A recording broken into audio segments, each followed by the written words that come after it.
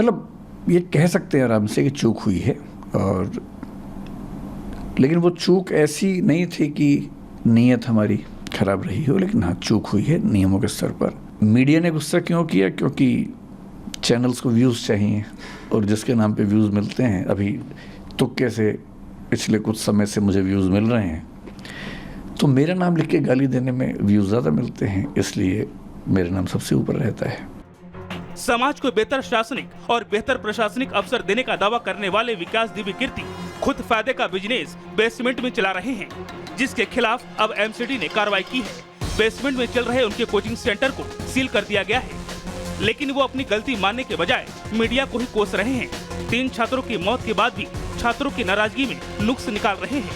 उस पर हैरानी ये कि नियमों को ताक पर रखने की इस जानलेवा चूक बेपरता होने के बावजूद वो उल्टा सिस्टम पर सवाल और दिल्ली में चल रहे 2000 कोचिंग सेंटर पर सवाल उठाकर निकल गए।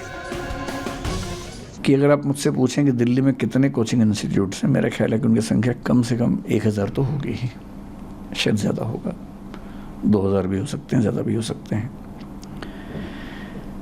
जो नॉर्म है फायर एनओसी की, एजुकेशन बिल्डिंग की, अगर आप मुझसे पूछें कि दिल्ली में कितनी बिल्डिंग्स के पास हैं, मेरा अनुमान है कि 2000 में से शायद एक के पास भी नहीं है। बेसमेंट जो करोल बाग में थी वो अप्रूव्ड बेसमेंट है, अप्रूव्ड कमर्शियल बेसमेंट है, जिसमें एनओसी पे लिखा हुआ है कि उसमें ऑफिस चलाया जा सकता है, उसमें ऑफिस ही चल रहा था।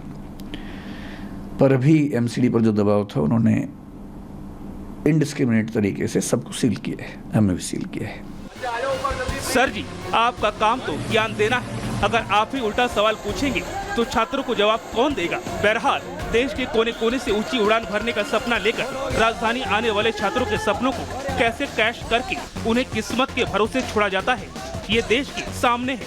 अब देश को तय करना है कि उन्हें सिस्टम से सवाल पूछने की हिम्मत देने वाले सर जी चाहिए या कठिन से कठिन सवाल का जवाब देने वाले मास्टर साहब। Bureau report, Republic Bharat.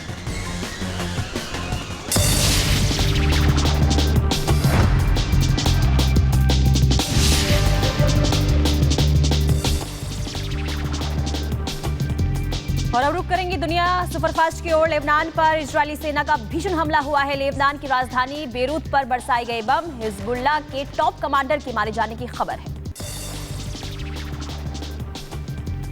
Israel की रक्षा मंत्री ने हमले की पुष्टि करते हुए कहा कि 12 बच्चों की हत्या के आरोपी कमांडर को निशाना बनाकर हमला किया गया। आगे कहा कि मासूम इजरायलियों को निशाना बनाने वालों का नामो निशान मिटा देंगे।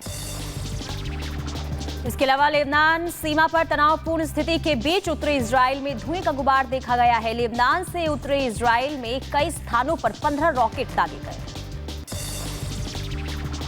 गाजा पट्टी में भूमि क्रॉसिंग को फिर से खोलने का संयुक्त राष्ट्र ने आह्वान किया है। वहीं फिलिस्तीनी क्षेत्र में मानवीय तबाही को रोकने के लिए सहायता पहुंचाने पर प्रतिबंधों को हटाने की अपील की है।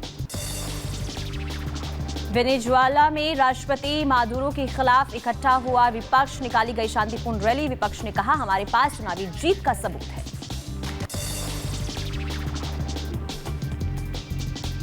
और आगे बढ़ते हुए बात वेनेजुएला की ही, जहां रक्षा मंत्री ने सड़कों पर चुनाव विरोध प्रदर्शन की तख्तापलट बताया और कहा कि इसे जानबूझकर किया गया है, जिसकी वजह से विपक्ष की ओर से आरोप लगाए जा रहे हैं। यूक्रेनी राष्ट्रपति वोलोडिमिर जेलेंस्की ने सैन्य अस्पताल का दौरा किया। सैन्य पुनर्वास केंद्र में मरीजों और चिकित्सकों से मुलाकात की। ट्रंप पर हुए जानलेवा हमले को लेकर दोनों पक्षों के सीनेटरों ने सीक्रेट सर्विस में जवाबदेही की मांग की है। सीक्रेट सर्विस एजेंट को नौकरी से निकाल दिया गया। मतलब ये कह सकते हैं आराम से कि चूक हुई है, और लेकिन वो चूक ऐसी नहीं थी कि नीयत हमारी खराब रही हो, लेकिन हाँ चूक हुई है नियमों के स्तर पर। मीडिया ने गुस्सा क्यों किया? क्योंकि चैनल्स को व्यूज़ चाहिए, और जिसके नाम पे व्यूज़ मिलते हैं, अभी तुक्के से पिछले कुछ समय से मुझे व्यूज़ मिल रहे हैं, तो मेरा नाम लिख के गाली देने में व्यूज़ ज़्यादा मिलते हैं, इसलिए मेरा नाम सबसे ऊपर रहता है। समाज को बेहतर शासनिक और बेहतर प्रशासनिक अवसर देने का दावा करने वाले विकास दिव्य कीर्ति खुद फायदे का बिजनेस बेसमेंट में चला रहे हैं, जिसके खिलाफ अब एमसीडी ने कार्रवाई की है। बेसमेंट में चल रहे उनके कोचिंग सेंटर को सील कर दिया गया है। लेकिन वो अपनी गलती मानने के बजाय मीडिया को ही कोस रहे हैं। 3 छात्रों की मौत के बाद भी छात्रों की नाराजगी में नुक्स निकाल रहे हैं। उस पर हैरानी ये कि नियमों को ताक पर रखने की इस जानलेवा चूक बेपरता होने के बावजूद वो उल्टा सिस्टम पर सवाल और दिल्ली में चल रहे 2000 कोचिंग सेंटर पर सवाल उठाकर निकल गए। कि अगर आप मुझसे पूछें कि दिल्ली में कितने कोचिंग इंस्टीट्यूट्स हैं, मेरा ख्याल है कि उनकी संख्या कम से कम 1000 तो होगी ही, शायद ज़्यादा होगा, 2000 भी हो सकते हैं, ज़्यादा भी हो सकते हैं। जो नॉर्म है फायर एनओसी की, एजुकेशन बिल्डिंग की, अगर आप मुझसे पूछें कि दिल्ली में कितनी बिल्डिंग्स के पास हैं, मेरा अनुमान है कि 2000 में से शायद एक के पास भी नहीं है। बेसमेंट जो करोल बाग में थी वो अप्रूव्ड बेसमेंट है, अप्रूव्ड कमर्शियल बेसमेंट है, जिसमें एनओसी पे लिखा हुआ है कि उसमें ऑफिस चलाया जा सकता है। उसमें ऑफिस ही चल रहा था, पर अभी एमसीडी पर जो दबाव था उन्होंने इनडिस्क्रिमिनेट तरीके से सबको सील किया है, हमें भी सील किया है। सर जी, आपका काम तो ज्ञान देना है, अगर आप ही उल्टा सवाल पूछेंगे तो छात्रों को जवाब कौन देगा। बहरहाल देश के कोने कोने से ऊंची उड़ान भरने का सपना लेकर राजधानी आने वाले छात्रों के सपनों को कैसे कैश करके उन्हें किस्मत के भरोसे छोड़ा जाता है, ये देश के सामने है। अब देश को तय करना है कि उन्हें सिस्टम से सवाल पूछने की हिम्मत देने वाले सर जी चाहिए या कठिन से कठिन सवाल का जवाब देने वाले मास्टर साहब। Bureau report, Republic Bharat.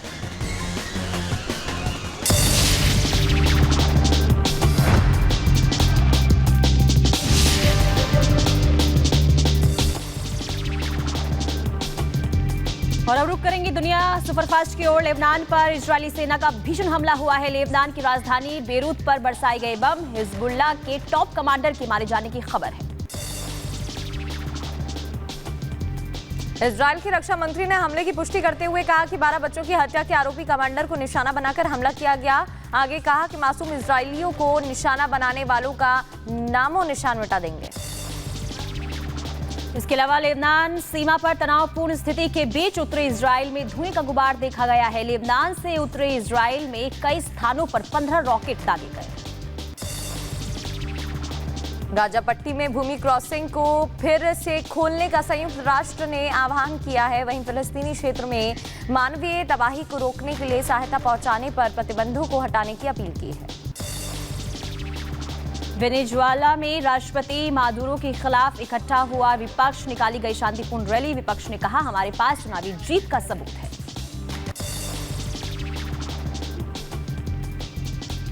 और आगे बढ़ते हुए बात वेनेजुएला की ही, जहां रक्षा मंत्री ने सड़कों पर चुनाव विरोध प्रदर्शन की तख्तापलट बताया और कहा कि इसे जानबूझकर किया गया है, जिसकी वजह से विपक्ष की ओर से आरोप लगाए जा रहे हैं।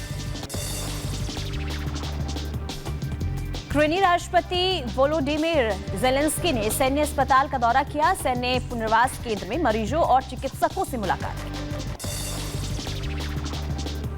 ट्रंप पर हुए जानलेवा हमले को लेकर दोनों पक्षों के सीनेटरों ने सीक्रेट सर्विस में जवाबदेही की मांग की है। सीक्रेट सर्विस एजेंट को नौकरी से निकाल दिया गया।